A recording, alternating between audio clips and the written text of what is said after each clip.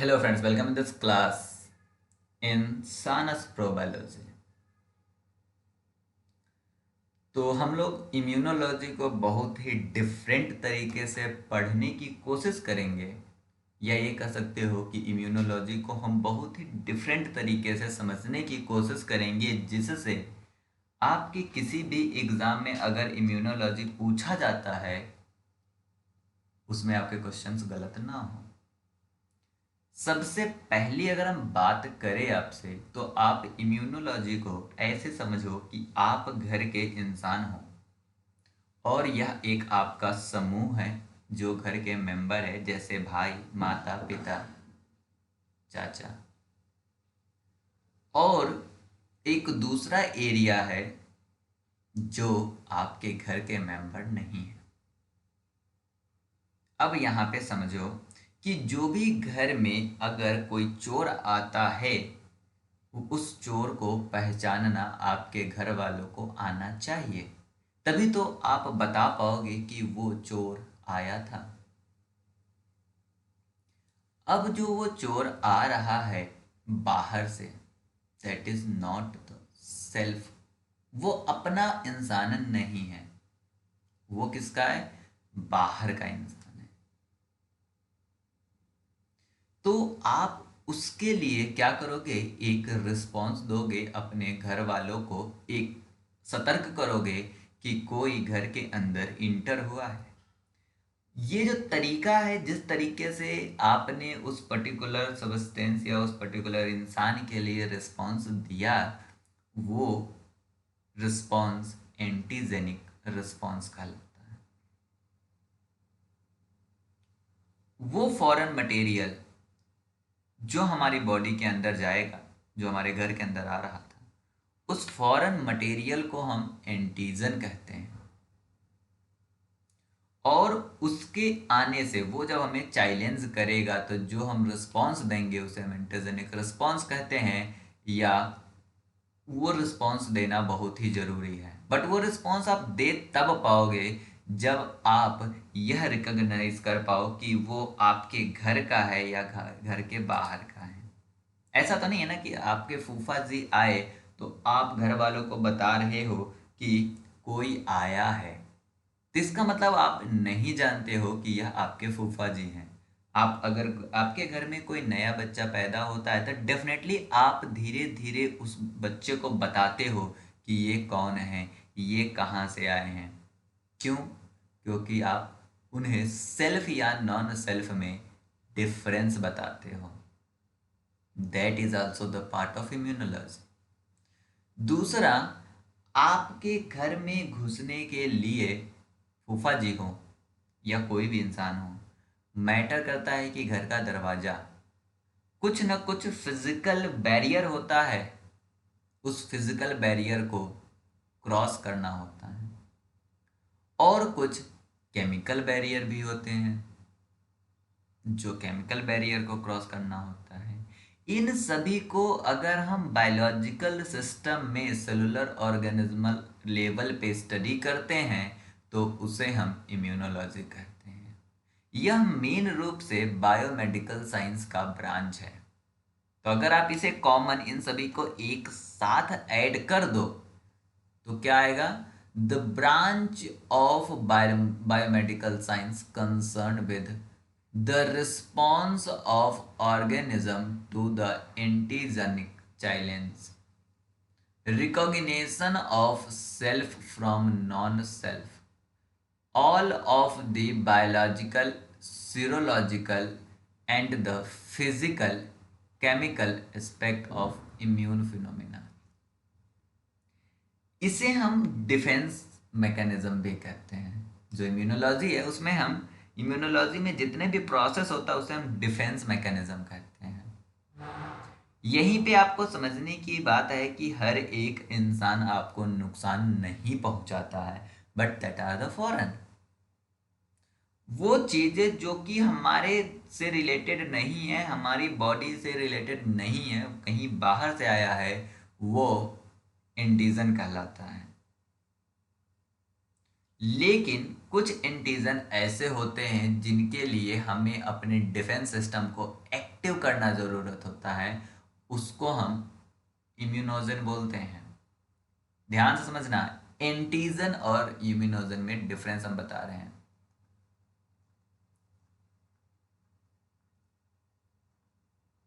Immunogen, जो antigen हमारी body के इम्यून सिस्टम को एक्टिव करता है, वो कंपाउंड या वो सब्सटेंस इम्यूनोजन कहलाते हैं। मतलब सारे कंपाउंड और सारे सब्सटेंस हमारी बॉडी में मतलब इम्यून सिस्टम को एक्टिव नहीं करता।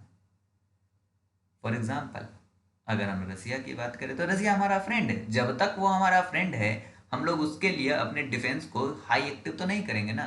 बस फिजिकल तो है कि भाई हमें बता के आओ, बट इसका मतलब ये नहीं कि हम अपनी डिफेंस सिस्टम को उसके पीछे लगा दें। लेकिन यहीं पे अगर हमारा दुश्मन देश कोई पाकिस्तान आता है या कोई देश जो कोई दुश्मन है, वो हमारे यहाँ इंटर करता है, तो हम लोग क्या करते हैं, अपने डिफेंस सिस्टम को एक्टिव कर देते हैं। तो इन दैट कंडीशन जो हमारे दोस्त हैं या वो कंपाउंड जो कि हमारे लिए ज़्यादा हानिकारक नहीं है, उसके लिए हमारी बॉडी इम्यूनोलॉजी, हमारी immune system, defence system active नहीं होती है। बट कुछ कंपाउंड के लिए एक्टिव होती है, और जिस भी कंपाउंड के लिए हमारी डिफेंस सिस्टम या हमारी इम्यून सिस्टम एक्टिव होती है, उस कंपाउंड को हम इम्यूनोजन कहते हैं। बट बाकी जितने भी हमारी बॉडी से रिलेटेड कंपाउंड नहीं है, हमारी बॉडी से रिलेटेड सेल नहीं है, हमारी बॉडी से उसका कोई लेना देना नहीं है, उसे हम फॉरेन कंपाउंड बोलते हैं, फॉरेन सब्सटेंस बोलते हैं, और उसे एज अ हम एंटीजन कंसीडर करते हैं।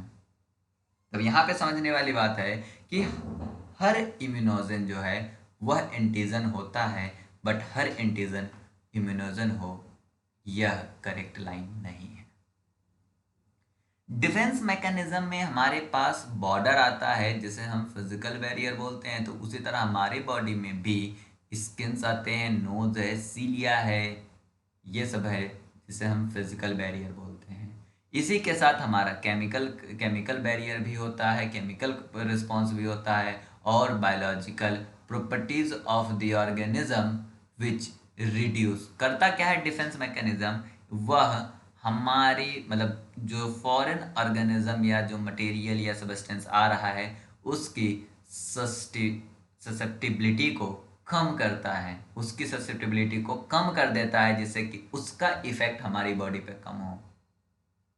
वो आपका फिजिकल, केमिकल या बायोलॉजिकल कोई भी प्रोसेस हो सकता है, कोई भी प्रोसेस फिजिकल, केमिकल या बायोलॉजिकल जो फॉरेन ऑर्गेनिज्म की ससेप्टिबिलिटी को कम कर दे, जिससे कि हमारी बॉडी पर उसका इफेक्ट कम हो, उसे हम डिफेंस मैकेनिज्म कहते हैं। अगर हम फंक्शन के रूप में बात करें तो फंक्शन के रूप में इम्यून सिस्टम को दो भागों में बांटा गया है। एक वो भाग जो कि स्टैटिक है, मतलब जो जहाँ है वो वहीं है। फॉर एग्जांपल स्किन, ऐसा नहीं है कि आपका स्किन इधर से उधर मूव कर रहा है, या आपकी आंखें, आपकी मतलब आपका कुछ पार्ट जो है इम्यूनोलॉजी का, वो जो है स्टैटिक होता है, और उसे हम इनेट बोलते हैं, इनेट इम्यून सिस्टम बोलते हैं। दूसरा जो कि रिस्पॉन्सिव है, जो कि डायनामिक है।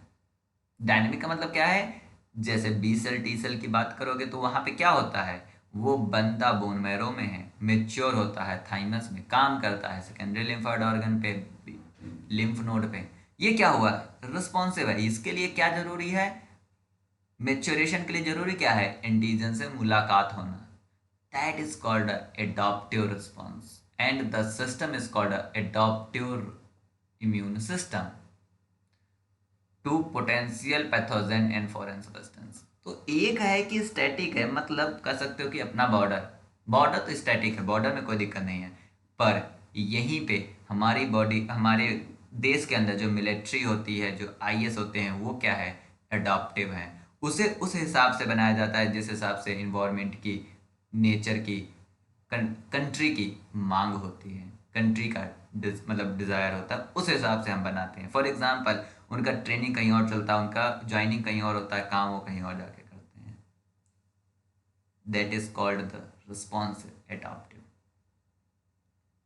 अगर हम फंक्शनल डिवीजन की बात कर रहे हैं तो हम इसी की बात कर रहे हैं कि इनेट सिस्टम होता है और आपका एडॉप्टिव सिस्टम होता है। अगर हम इनेट सिस्टम की बात करें तो इनेट सिस्टम में चलिए हम देखते हैं क्या क्या खास बात है। इनेट सिस्टम में सबसे पहला यह इवोल्यूशनरी ओल्डर सिस्टम है, मतलब सबसे पहले यह इवॉल्व हुआ था। फॉर एग्जांपल आपकी बॉडी बनती है तो स्किन बनता है ना, ऐसा तो नहीं है कि बी सेल टी सेल बनने लगता है।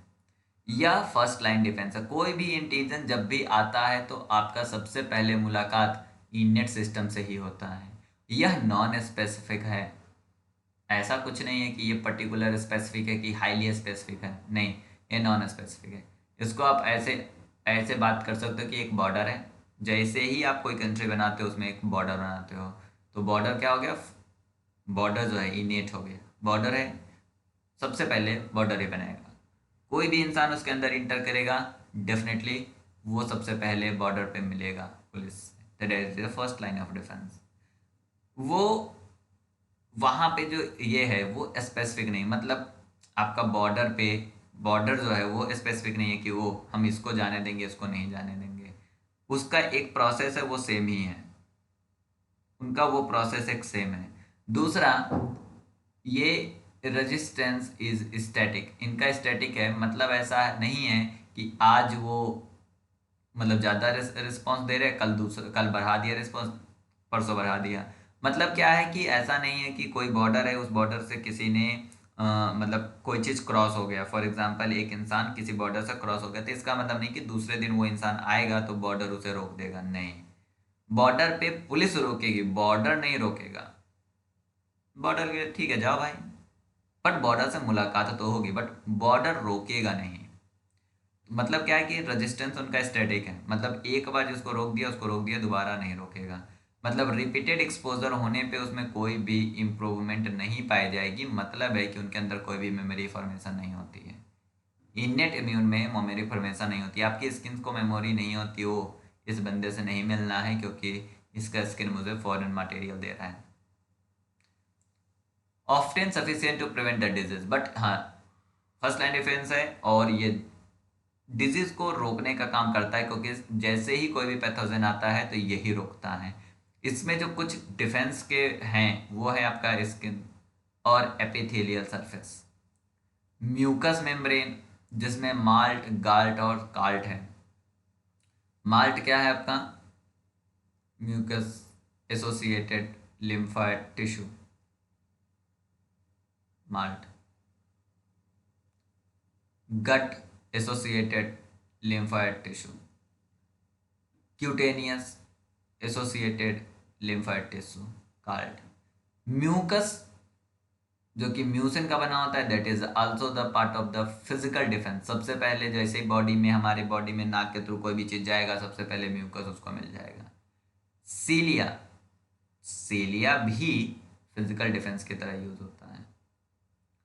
कॉमन सेल फ्लोरा, हमारे पेट के अंदर, हमारी बॉडी के अंदर कुछ फ्लोरा पाया जाता है, कोई कुछ सिम्बायोटिक ऑर्गेनिज्म होते हैं, वह भी फिजिकल डिफेंस की तरह यूज होता है। और लास्टली जो है fever, fever is also the indicator of something is inter in your body.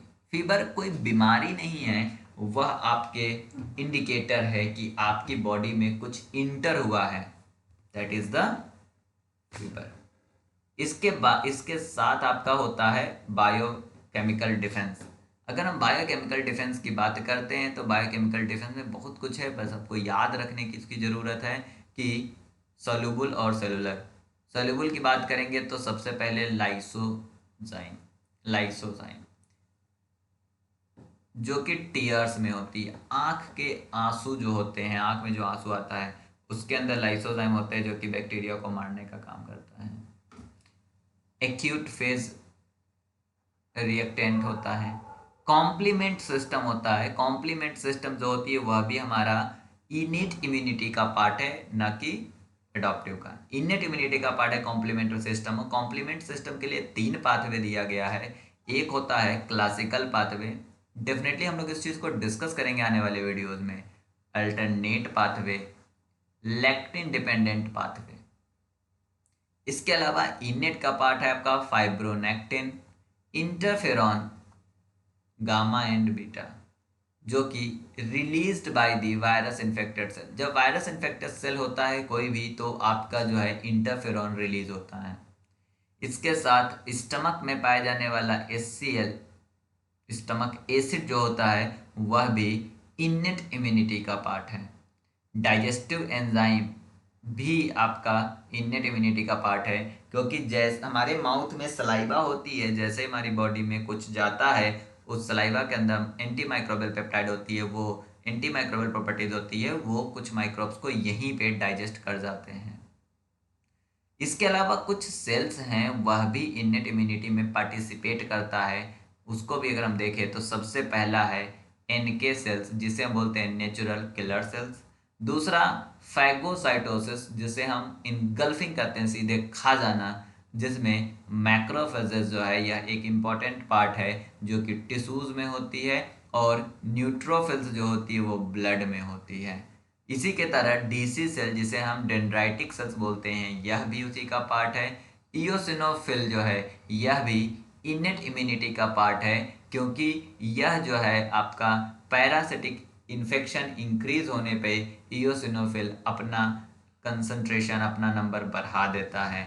और उसी के साथ बेसोफिल और मास्ट सेल भी आपका इनेट इम्यूनिटी का पार्ट है। अगर आप यहाँ पे बात करो कि यह रिकॉग्नाइज कैसे करता है, तो यहाँ पे यह दिया गया है कि रिकॉग्निशन ऑफ द पैथोजन ये डिपेंड करता है PRR पे, पैटर्न रिकॉग्निशन रिसेप्टर्स पे। मतलब क्या है कि यह एक ब्रॉड पैटर्न को रिकॉग्नाइज करता है, आपका इनेट इम्यूनिटी ब्रॉड पैटर्न को, इसलिए स्पेसिफिक नहीं है, सीधे की सीधे ब्रॉड पैटर्न को यह मतलब करता है। मतलब कह सकते हो कि आपका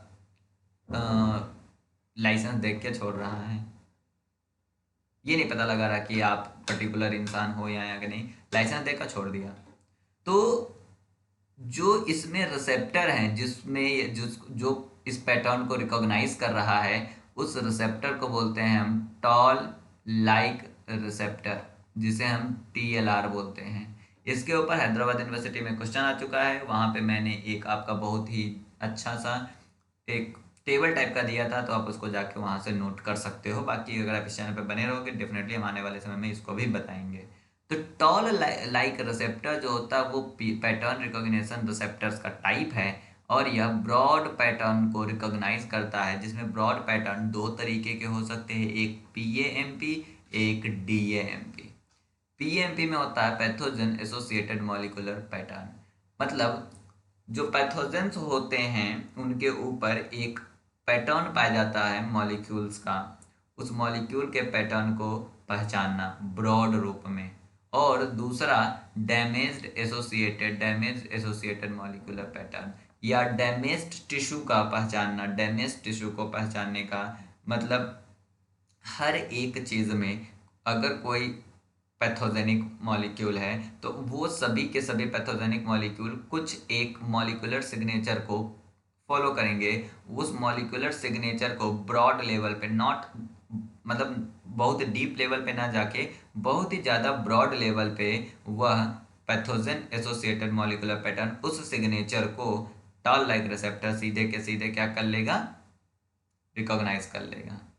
same damaged associated molecular pattern, मतलब वो कंपाउंड जो कि हमारे बॉडी में जाके डैमेज करता है, उस कंपाउंड के पास भी कोई सिग्नेचर मॉलिक्यूल होगा, सिग्नेचर पार्ट होगा, सिग्नेचर कंपोनेंट होगा, उसको जो है हमारा टॉल लाइक रिसेप्टर रिकॉग्नाइज कर लेता है।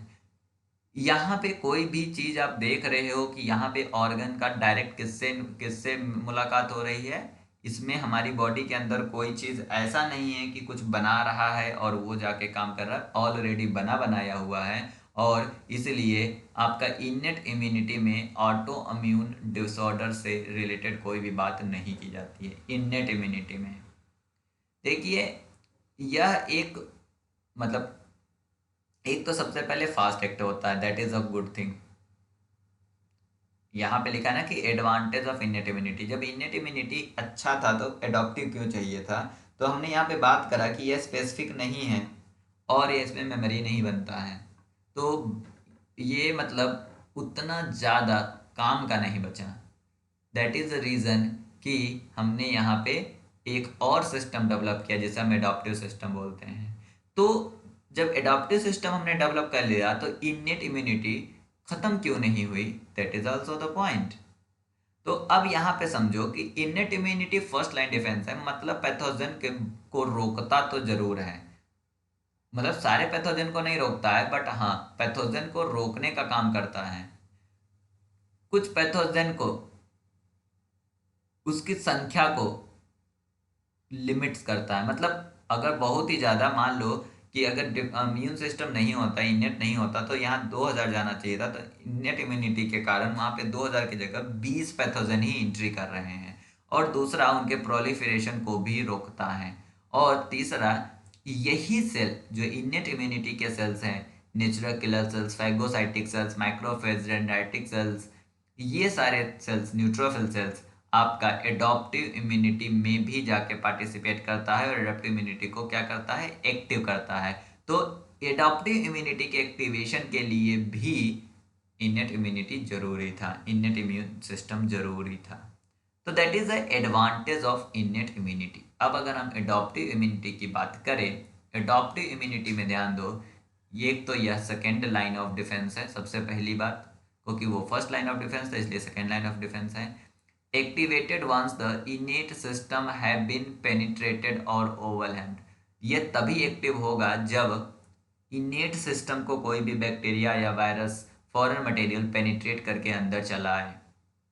ये बहुत ही ज़्यादा स्पेसिफिक होता है इन्फेक्टिव एजेंट में, मतलब यह बहुत ही ज़्यादा स्पेसिफिक इम्यूनिटी रखता है और यह मेमोरी भी रखता है। फर्दर अगर कोई भी बैक्टीरिया आया तो उसे वो मारने का पूरा काम करेगा, या कोई भी वायरस बार बार अगर आ रहा है, बार बार कोई चैलेंज कर रहा है, तो इसको याद रहता है और यह स्पेसिफिक रिस्पॉन्स देता है उसको मारने के लिए। पर प्रॉब्लम ये है कि इसकी एक्टिवेशन स्लोली होती है, इनेट इम्यूनिटी फास्ट एक्टिव होता है, इसका रिस्पॉन्स स्ट्रांग होता है, इसमें कोई भी फिजिकल बैरियर ना हो के सीधे सेल्स पार्टिसिपेट करते हैं, जिसमें का एक सेल प्लाज्मा सेल्स कहलाता है जो कि एंटीबॉडी सिक्रीट करती है, दूसरा मेमोरी सेल कहलाता है जो कि टी सेल होता है, और टी सेल में T H cell, T helper cell होता है जिसे हम CD4+ बोलते हैं, और T C cell cytotoxic cell होता है जिसे हम CD8+ बोलते हैं। याद रखना कि TH सेल CD4+ होता है, वहीं पे CD8+ आपका TC सेल होता है। इसके अलावा TR सेल होता है, टी रेगुलेटरी सेल भी होता है जो कि इम्यून सिस्टम को सप्रेस करने के काम आता है। और टी रेगुलेटरी सेल्स सबसे ज़्यादा एक्टिव होता है जब फीमेल प्रेग्नेंट होती है, और प्रेगनेंसी के दौरान इसीलिए फीमेल ज़्यादा ससेप्टेबल होता है बैक्टीरिया, वायरस या डिजीज या इन्फेक्टियस चैलेंजेस के लिए, इसलिए उसे बाहर कम भेजा जाता है in case of the pregnant female. उसके अलावा ब्लड प्रोटीन भी सेल्स की तरह काम करती है, और एंटीबॉडीज़ भी। एंटीबॉडीज़ के ऊपर डेफिनेटली हम वीडियो लाएंगे, लेकिन यहाँ याद रखिए कि IgG एंटीबॉडी जो है 80% पाई जाती है। यह ऑटो इम्यून डिसऑर्डर से एसोसिएटेड होती है, क्योंकि हो सकता है कि जो आपने एंटीबॉडीज़ बनाया है वो एंटीबॉडीज़ आपके खुद के सेल के लिए भी क्या हो जाए, रिस्पॉन्सिव हो जाए, और वो गलती से आपके सेल को भी किल करने लगे, तो that is called the auto immune disorder. अब क्वेश्चन है कि why the adaptive immune response evolve. तो स्पेसिफिसिटी रिक्वायर्ड था। जो आपका इनेट इम्यूनिटी है वो लॉन्ग टर्म प्रोटेक्शन नहीं दे रहा, मतलब हमें एक ऐसा रिस्पॉन्स चाहिए जो कि लॉन्ग टर्म प्रोटेक्शन दे। स्ट्रॉन्ग प्रोटेक्शन रिक्वायर था जो कि इनेट इम्यूनिटी नहीं दे रहा था। कुछ सेल्स जो थे वो, कुछ बैक्टीरिया, कुछ वायरस, कुछ फॉरेन कंपाउंड जो है वो इनेट इम्यूनिटी को से छिप के निकल जाते थे, तो उनको मारने के लिए एडॉप्टिव इम्यूनिटी चाहिए थी। और कुछ बैक्टीरिया, कुछ वायरस जो है वो इनेट इम्यूनिटी के लिए रेजिस्ट हो गए थे, तो जो रेसिस्ट हो चुके थे उनको मारने के लिए भी एडॉप्टिव इम्यूनिटी चाहिए था। तो इस तरह से हम लोग एडॉप्टिव और इनेट इम्यूनिटी के फंडामेंटल्स को अभी तक देख चुके हैं। नेक्स्ट वीडियो में डेफिनेटली हम इसको और अच्छे से लेके आएंगे, लेकिन उससे पहले आप इस वीडियो में मिनिमम 100 व्यूज़ करो, तभी हम दूसरा वीडियो इम्यून सिस्टम पे अपलोड करेंगे। नहीं तो कोई बात नहीं, अगर आप सपोर्ट नहीं करोगे तो हम भी मेहनत उतना ज़्यादा नहीं करेंगे। Thank you, bye bye.